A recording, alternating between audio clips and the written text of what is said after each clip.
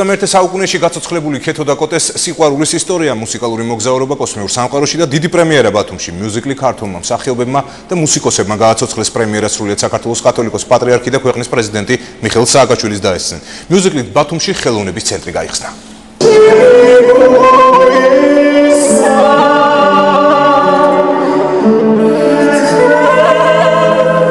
მუსიკალური მოგზაურობა კოსმიურ სამყაროში ბათუმის ხელოვნების ცენტრის სცენაზე ქეთო და კოტე სხვა დროსა და სივრცეში გაცოცხლდა.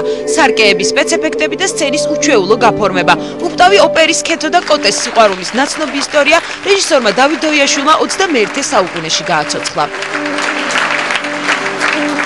ემოციურად დამუხტული ვარ და ძალიან დიდი მადლობა ყველას, ყველა ვარს კლავს, ჩემ ბავშვებს, რომლებიც თამაშობდნენ, სუხიშვილებს, რომლებიც გენიალურები არიან, გუნდს, რომელიც არაჩვეულებრივია, ყველას დიდი მადლობა.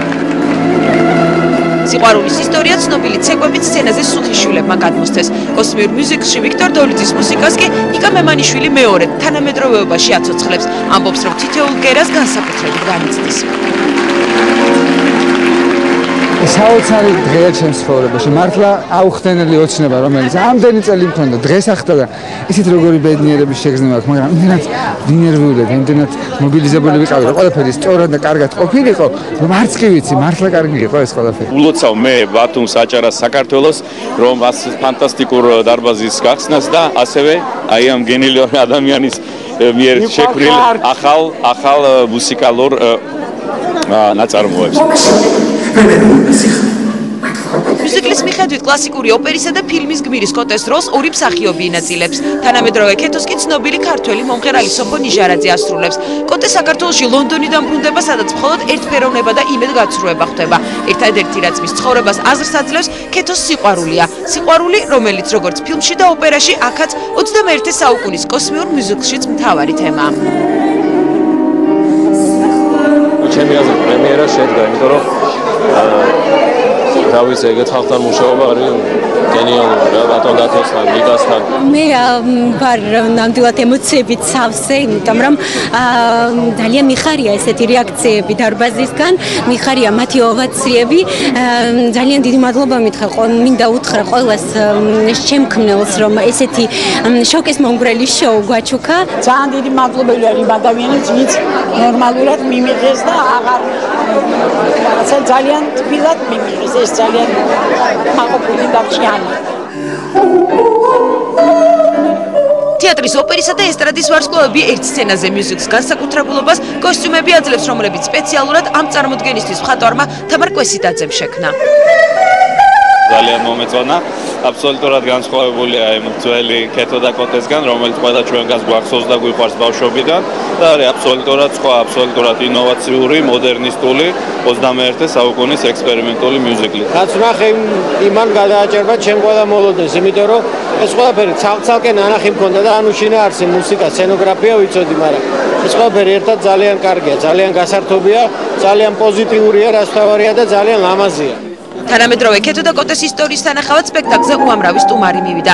პრეზიდენტთან ერთად პრემიერას სრულიად საქართველოს კათოლიკოს პატრიარქი დაესწრო. საოცრება და ვფიქრობ, რომ დიდი მომავალი აქვს ამას. დღევანდელი სპექტაკლის ამ ოპერის და ხელოვნების ცენტრის გახსნა, ხელოვნების და კულტურის ცენტრის გახსნა, ეს არის ახალი ჟანრის დაბადება, რაც ხდება ამ დარბაზში და საერთოდ დიდი აღორძინების დასაწყისი ქართული კულტურის.